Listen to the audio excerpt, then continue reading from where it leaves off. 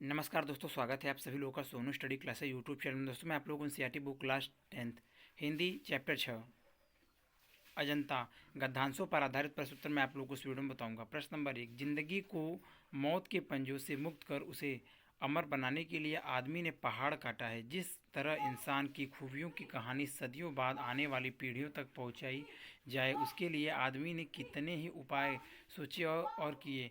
उसने चट्टानों पर अपने संदेश खोदे, ताड़ों के ऊंचे धातुओं से चिकने पत्थर के खंभे खड़े किए, तांबे और पीतल के पत्थरों पर अक्षरों के मोती बिखेरे, और उसके जीवन मरण की कहानी सदियों के उतार पर सरकती चली आ रही है, जो आज हमारी अमानत विरासत बन गई है।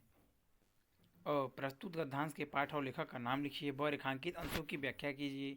सवाल नंबर 1, प्रस्तुत गद्यांश में लेखक क्या कहना चाहता है। नंबर 2, व्यक्ति ने आगामी पीढ़ी तक अपनी बातों को पहुंचाने के लिए क्या क्या किया है। नंबर 3, आगामी पीढ़ी तक पहुंचाई गई बातें आज हमारे लिए क्या स्थान रखती है। नंबर 4, लेखक की दृष्टि में अजंता की गुफाओं के निर्माण का क्या उद्देश्य रहा है। सरकती, फिसलती अमानत सुरक्षित रखने के लिए दी गई वस्तु, धरोहर, विरासत, पूर्वजों से प्राप्त संपत्ति या गुण, उत्तराधिकार। उत्तर और प्रस्तुत गद्यावरण हमारी पाठ्य पुस्तक हिंदी के गद्य खंड में सकले तथा भारतीय पुरातत्व के महान विद्वान श्री भगवत शरण उपाध्याय द्वारा लिखित अजंता शीर्षक निबंध से उदित है अथवा निम्नवत लिखे पाठ का नाम अजंता, लेखक का नाम भगवत शरण उपाध्याय। विशेष, इस पाठ के शेष सभी गद्यांशों के प्रश्न अ के लिए यही उत्तर इसी रूप में लिखा जाएगा। ब, प्रथम रेखांकित अंश की व्याख्या। मनुष्य का जीवन क्षण भंगुर है, मृत्यु सबको निगल जाती है। मृत्यु से छुटकारा पाने का एक ही उपाय है, वह है कृति रचना। मनुष्य को कुछ ऐसी रचना कर देनी चाहिए जो अंतकाल तक स्थायी रहे। जब तक वह रचना विद्यमान रहेगी, उसके रचयिता का नाम जीवित रहेगा। लोग उसे भी याद करेंगे।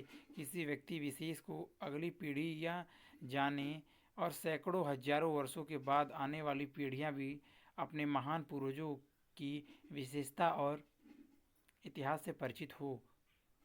इसके लिए मनुष्य ने अनेक उपाय सोचे और इन उपायों को कार्य रूप में परिणत भी किया। द्वितीय रेखांकित अंश की व्याख्या। लेखक का कहना है कि अपनी बातों को अगली पीढ़ी तक पहुंचाने के लिए उद्देश्य से मनुष्य ने पत्थर की विशाल चट्टानों पर संदेश खुदवाए, जिससे आने वाली संतति उन्हें पढ़े और जाने। कभी मनुष्य ने ताड़ के वृक्षों के समान ऊंचे चिकने पत्थरों के स्तंभ बनवाए तथा तांबे के पीतल के पात्रों को सुंदर मोती जैसे अक्षरों में लेख लिखवाए, जो आगे आने वाली पीढ़ियों को उनके पूर्वजों की कहानी सुनाए। इसी प्रकार मानव जाति का इतिहास एक पीढ़ी से दूसरी पीढ़ी तक चला आ रहा है। यह पहाड़ों की गुफाएं, चट्टान, स्तंभ तथा लेख आज हमारे समाज की धरोहर है। यह हमारे पूर्वजों की परंपरा से चली आती हुई हमारी संपत्ति हैं। हम इन पर गर्व करते हैं। प्रस्तुत गद्यांश में लेखक कहना चाहता है कि अमरतत्व प्राप्त करने के लिए व्यक्ति को कला का सहारा लेना चाहिए। नंबर 2, अपनी बातों को आगामी पीढ़ी तक पहुंचाने के लिए व्यक्ति ने पत्थर की चट्टानों पर संदेश खुदवाए, ऊंचे चिकने पत्थरों के खंभे बनवाएं, तांबे पीतल के पात्रों पर लेख लिखवाएं तथा पर्वतों पर गुफा मंदिर बनवाएं। नंबर 3, आगामी पीढ़ी तक विभिन्न माध्यमों से पहुंचाई गई बातें आज हमारे लिए धरोहर को स्थान रखती हैं, जो पूर्वजों की परंपरा से आई हमारी संपत्ति है। नंबर 4, लेखक की दृष्टि में अजंता की गुफाओं के निर्माण का उद्देश्य यह है कि सैकड़ों हजारों वर्षों के बाद आने वाली पीढ़ियां भी अपने पूर्वजों की विशेषताओं और अपने देश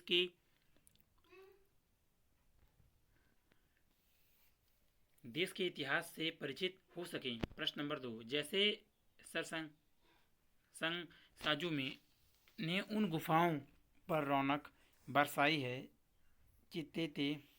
चितेरे जैसे रंग और रेखा में दर्द और दया की कहानी लिखते गए हैं, कलावंत छेनी से मूर्तें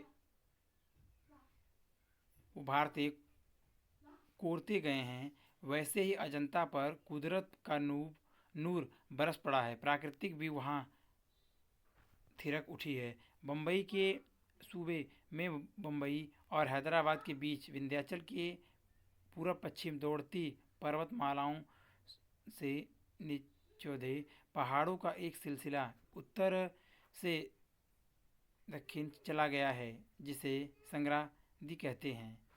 प्रस्तुत गद्यांश के पाठ और लेखक का नाम लिखिए। ब रेखांकित अंश की व्याख्या कीजिए। नंबर 1, प्रस्तुत गद्यांश में लेखक ने किस स्थान का और कैसा चित्रण किया है। नंबर 2, अजंता की गुफा मंदिर किस पहाड़ की श्रृंखला को स्थान करते हैं। नंबर 3, सहादी की भौगोलिक स्थिति को स्पष्ट कीजिए। संगसाज शिल्पी पत्थरों पर चित्र कुदेरने बनाए कुदेरने वाले रौनक, सुंदरता, कलावंत, कलाकार, कुदरत, प्रकृति, नूर, आभा, चमक, निचोधे, नीचे का, गुहा, गुफा।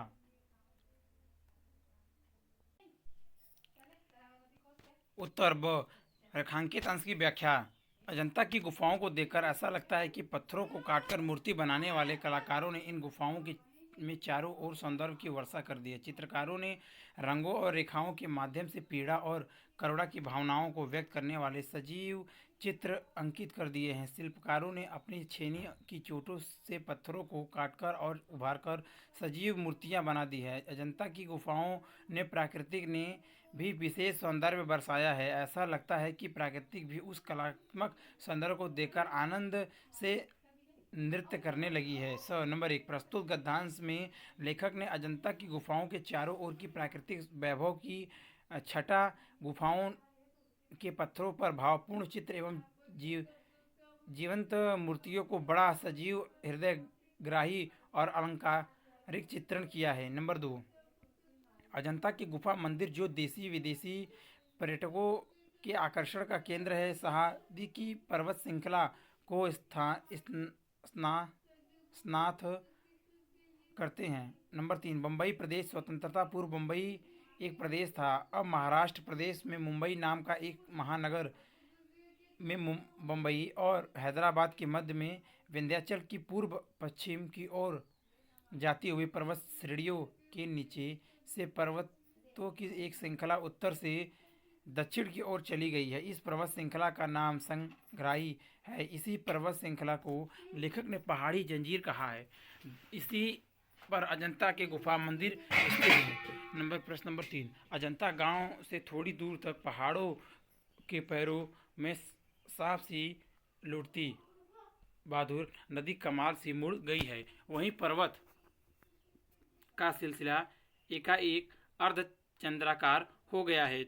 कोई 250 फुट ऊंचा हरे वनों के बीच मंच की तरह उठते पहाड़ों का यह सिलसिला हमारे पुरखों को भा गया और उन्होंने उसे खोदकर भवनों महलों से भर दिया। सोचिए जरा, ठोस पहाड़ की चट्टानी छाती और कमजोर इंसान का उन्होंने मेल जो किया तो पर्वत का ही किया दरकता चला गया और वहाँ एक से एक बरामदे, हाल और मंदिर बनते चले गए।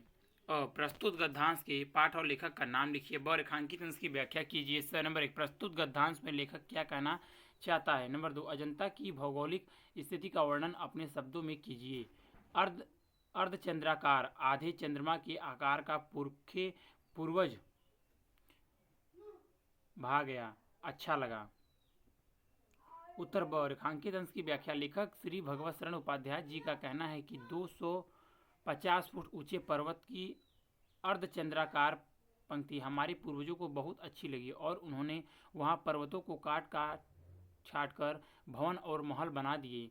विचार करके देखिए कि दुर्लभ मनुष्य और कठोर चट्टानों का जो मेल हुआ, उससे पर्वतों का हृदय कटता चला गया और वहाँ एक से एक सुंदर बरामदे, हाल और मंदिरों का निर्माण होता चला गया। मनुष्य के दुर्लभ हाथों ने पर्वतों की कठोर चट्टानों को काटकर सुंदर भवन, उनके विभिन्न भाग और मंदिरों का निर्माण कर डाला। नंबर 1, प्रस्तुत गद्यांश में लेखक ने यह स्पष्ट किया है कि लगन और परिश्रम से मनुष्य कठिन से कठिन भी कार्य कर सकता है। नंबर 2, अजंता गांव से कुछ ही दूरी पर बहादुर नदी पर्वत की तलहटी में सांप की भांति लौटती हुई धनुष के आकार में मुड़ गई है। इसी स्थान पर पर्वत भी आधे चंद्रमा के आकार के हो गए हैं। हरे भरे वनों के बीच में ऐसा लगता है कि जैसे पर्वतों ने मंच के ऊपर मंच का निर्माण कर दिया है। प्रश्न नंबर 4, पहले पहाड़ काटकर उसे खोखला कर दिया गया, फिर उसमें सुंदर भवन बना लिया गया, जहाँ खंभों पर उमादी मूर्तें विहस उठी, भीतर की समूची दीवारों और छतें रगड़कर चिकनी कर ली गई और तब उनकी जमीन पर चित्रों की एक दुनिया ही बसा दी गई। पहले पलस्तर लगाकर आचार्यों ने उन पर लहराती रेखाओं में चित्रों की काया सिरच दी। फिर उनके चेले कलावंतों ने उनमें रंग भरकर प्राण फेंक दिए। फिर तो दीवारें उमंग उठी, पहाड़ पुलकित हो उठे। और प्रस्तुत गद्यांश का संदर्भ पाठ और लेखक का नाम लिखिए। रेखांकित अंशों की व्याख्या कीजिए। पहाड़ों को किस प्रकार जीवित बनाया गया है? मूर्तियाँ, विहस मुस्कुराना, खिलना, सृजना, बनाना। कलांतों, कलाकारों, प्राण फेंक देना, जीवंत बना देना। उत्तर ब, प्रथम रेखांकित अंश की व्याख्या। प्रस्तुत गद्यांश में लेखक कहते हैं कि सर्वप्रथम गुफाओं के अंदर की दीवारों और छतों को रगड़ कर अत्यधिक चिकना बना लिया गया। तत्पश्चात उस चिकनी पृष्ठभूमि पर चित्रकारों के द्वारा अनेकानेक चित्र बना दिए गए, जिनको देखकर ऐसा लगता है कि चित्रों की एक नई दुनिया ही निर्मित कर दी गई है। द्वितीय रेखांकित अंश की व्याख्या। प्रस्तुत गद्यांश में लेखक का कहना है कि गुफा की भीतरी दीवारों पर चित्रकारों के द्वारा विभिन्न चित्रों को बाहरी रेखाओं के द्वारा प्रदर्शित किया गया और उसके बाद उनके शिष्यों ने उन चित्रों को रंग कर ऐसा बना दिया कि वे सजीव लगने लगे। नंबर 1, पहाड़ों को काटकर भवन का रूप दिया गया। दीवारों, छतों और खंभों को चिकना कर उन पर सजीव चित्र निर्मित किए गए। चित्रों में रंग भी भरा गया। इस प्रकार पहाड़ों को जीवित बना दिया गया। प्रश्न नंबर 5, कितना जीवन बरस पड़ा है इन दीवारों पर, जैसे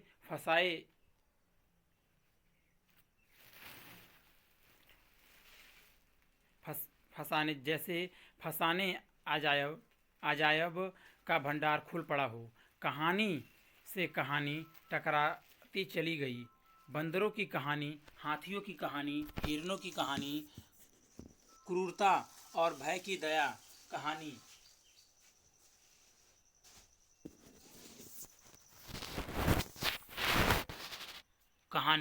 टकराती चली गई।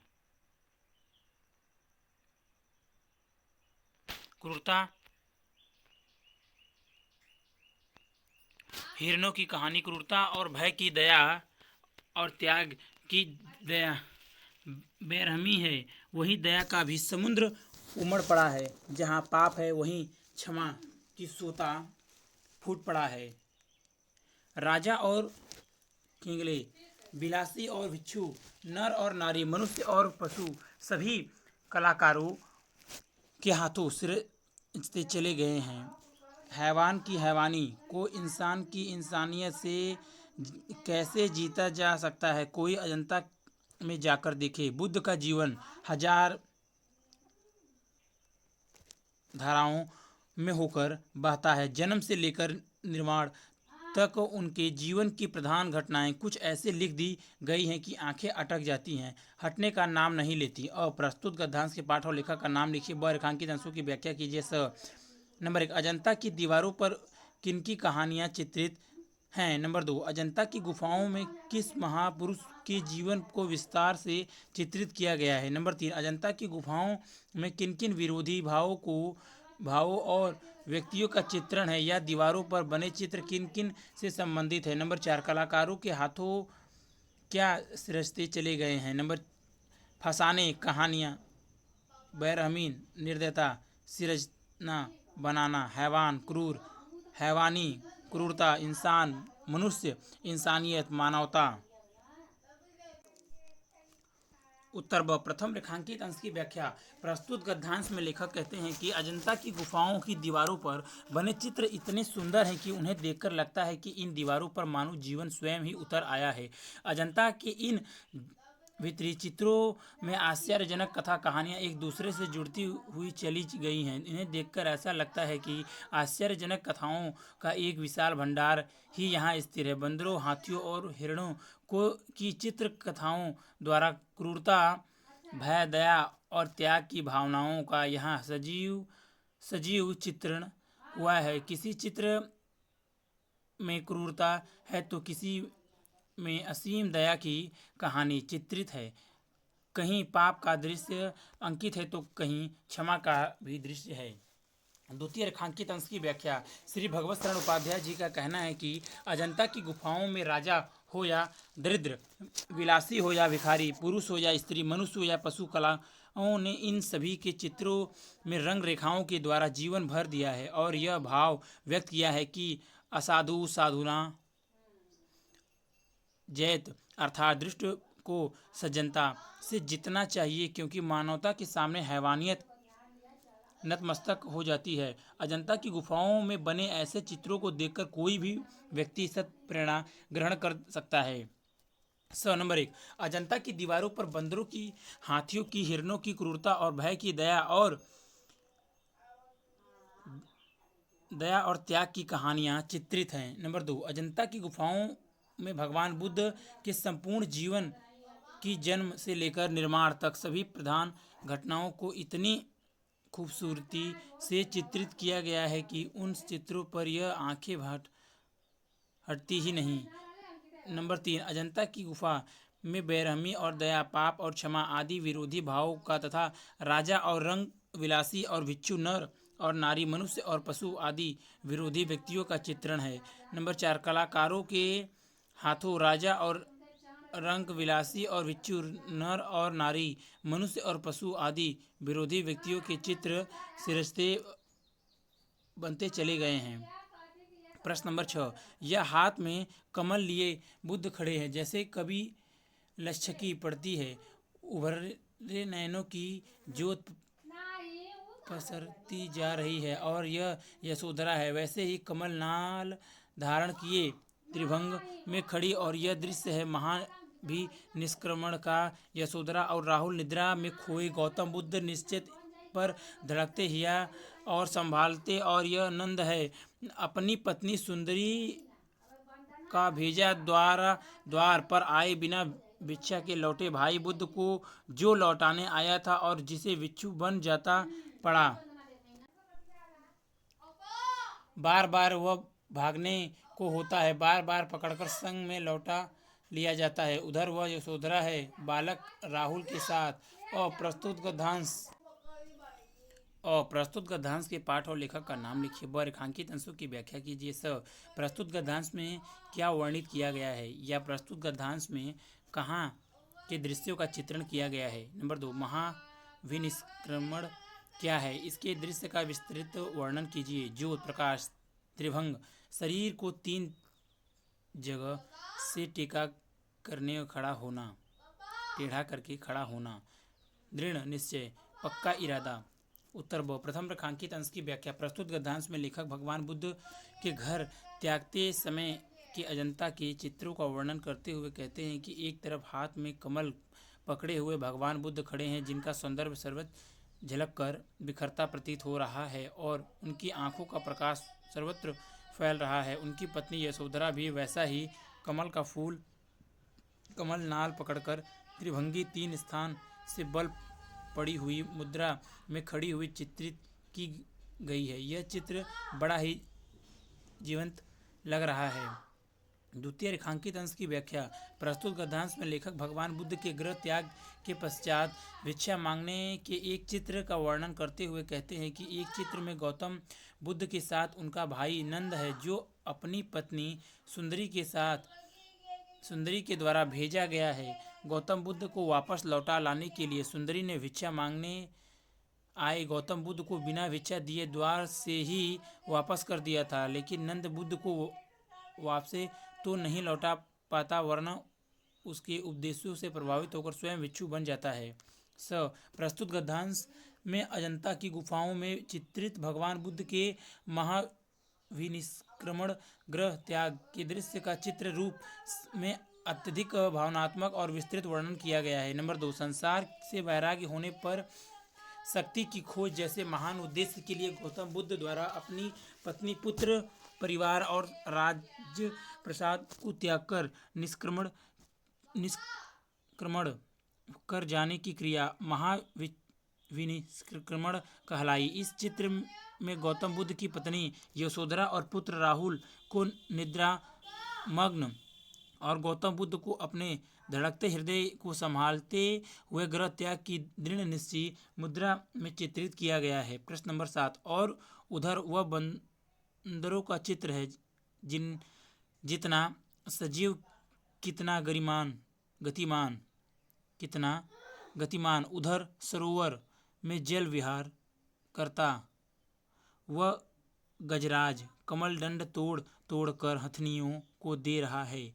वहाँ महलों में प्यालों के दौर चल रहे हैं। उधर वह रानी अपनी जीवन यात्रा समाप्त कर रही है, उसका दम टूट जा रहा है। खाने खिलाने, बसने बसाने, नाचने गाने, कहने सुनने, वन नगर, उच्च नीच, धनी गरीब के जितने नज़ारे हो सकते हैं, सब आदमी अजंता की गुफाओं की इन दीवारों पर देख सकता है। उपयुक्त गद्यांश का संदर्भ लिखिए। रेखांकित अंश की व्याख्या कीजिए। आदमी अजंता की गुफाओं की दीवारों पर क्या देख सकता है? सरोवर, तालाब, गजराज, हाथियों का राजा। उत्तर ब।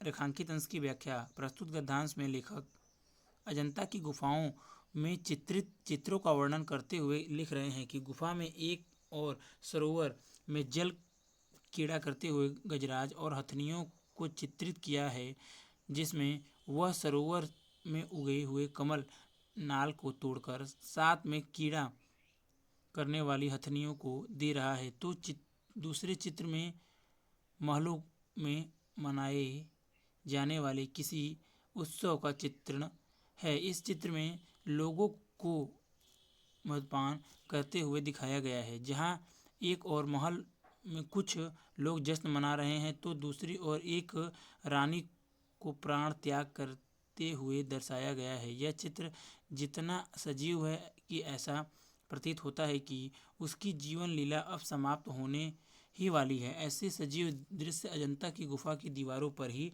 देखे जा सकते हैं, अत्यंत कहीं नहीं। व्यक्ति अजंता की गुफा की दीवारों पर खाने खिलाने, बसने बसाने, नाचने गाने, कहने सुनने, वन नगर, ऊंच नीच, अमीर गरीब से संबंधित जितने भी संभवतः दृश्य हो सकते हैं, उन सभी को देख सकता है। प्रश्न नंबर 8, इन पिछले जन्मों में बुद्ध ने गज, कपि, मृग आदि के रूप में विविध योनियों में जन्म लिया था और संतान के कल्याण के लिए दया और त्याग का आदर्श स्थापित करते हुए बलिदान हो गए थे।